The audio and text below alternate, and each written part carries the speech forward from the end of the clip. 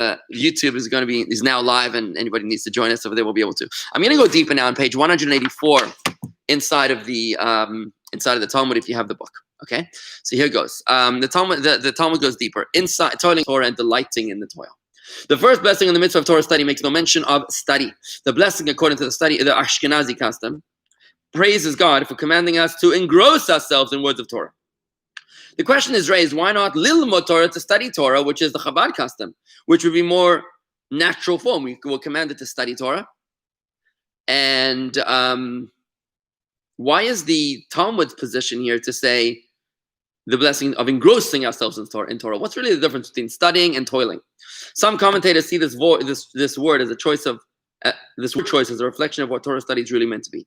It's not laid back scholarly endeavor to be pursued amid tranquility and leisure, but rather a laborious pursuit involving a lifelong investment of toil and sacrifice, of determined effort to conquer the vast sea of divine knowledge contained within the Torah's intellectual kingdom. There is no other way to succeed in Torah study. And thus, if God has commanded us to learn the Torah, He has perforce commanded us to engross ourselves in its enchanted world of spiritual enlightenment. Remember, Torah is God's wisdom. This doesn't happen by a detached armchair reading. If for a finite being to understand infinity, it's like layers of an onion. Do not embarrass. Do not feel that all you need is a cursory look of the surface view. You got to peel away the layers of that onion to be able to get to the beauty of the study of Torah. And for good reason, because the purpose of Torah study is not merely to absorb its teachings and to know its laws. It is to gain access to the holy core of Torah, to forge a most intimate connection between our souls and the Torah's heavenly source, so that the divine presence may descend and find a suitable resting place in our sanctified beings. That's the purpose of our existence on this earth, is to make a home for God. Where do we make a home for God? Within our own bodies. Our bodies are Hashem's temple.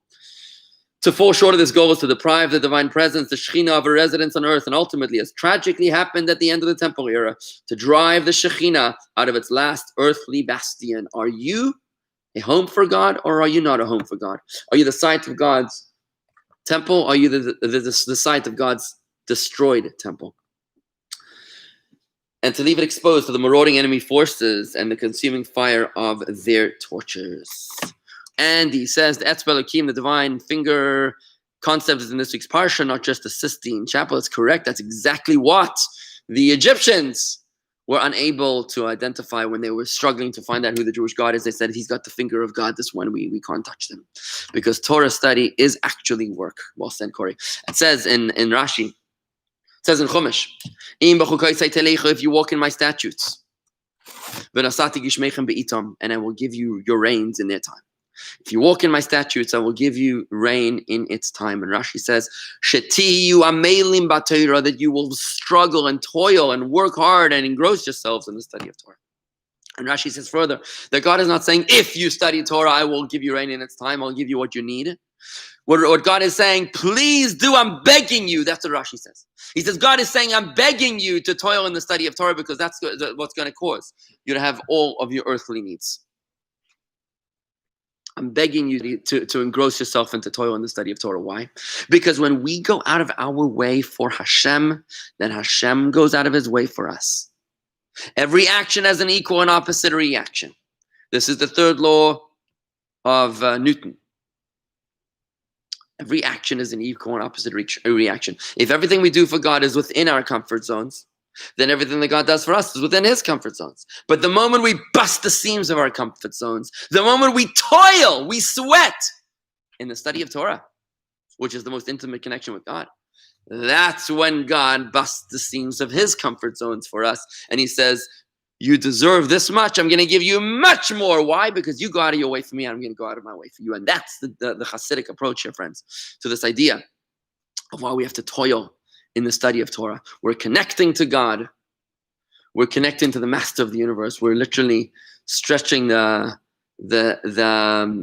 seams of the reality in which we live. We're shattering that glass ceiling. We're connecting with God. It's good for you. It's good for business. Toil in the study of Torah. The Talmud says, what's the difference between one who serves God and one who doesn't serve God?